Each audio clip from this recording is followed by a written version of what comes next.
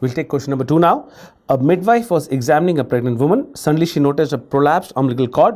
What should be the next line of management? First things first, don't handle the cord. Do not touch the cord. Don't try to do anything with the cord. If it has come out of the vagina, then it is an instinct that all of us feel that we should push it back inside and it'll be fine.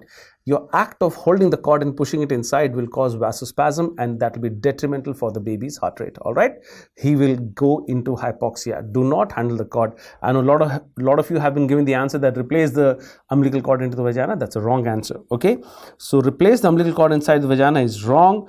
Trendelenburg position, well, there is a better position. I mean, Trendelenburg is not altogether wrong. Keeping a head low will help, but there are better positions to keep the patient in rather than Trendelenburg's.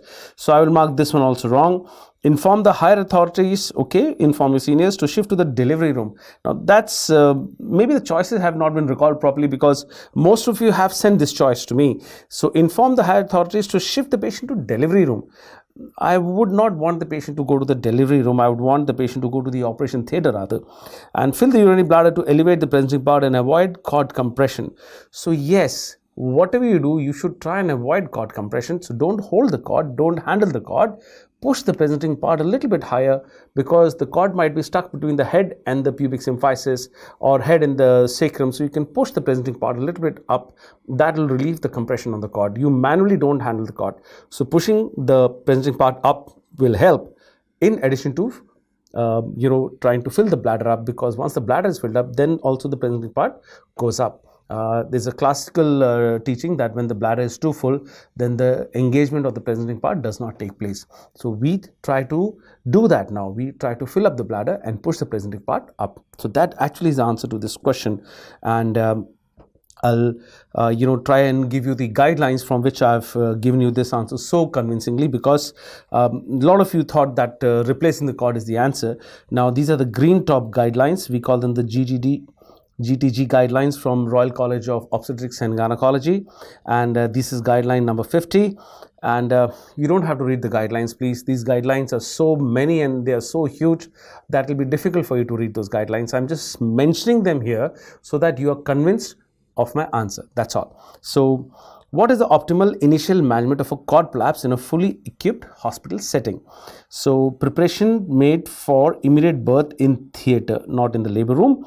There is insufficient data to evaluate manual replacement of the prolapsed cord above the presenting part to allow continuation of labor. This practice is not recommended. All right, it is given in black and white and bold actually. To prevent vasospasm, there should be minimal handling of loops of cord line. All right, reinforcement of what I said. Now, to prevent cord compression, it is recommended that the presenting part be elevated either manually, like I said, or by filling up the urinary bladder. Okay, so these are all the recommendations, and I hope you people are convinced of the answer which I gave you. And the position is the knee chest position or left lateral, with the head down and pillow under the left hip. The head down is not wrong. I said a little bit head low is okay, but it's better to keep the patient in knee chest or a left lateral position. So like I said, Trendelenburg position might have been a better, a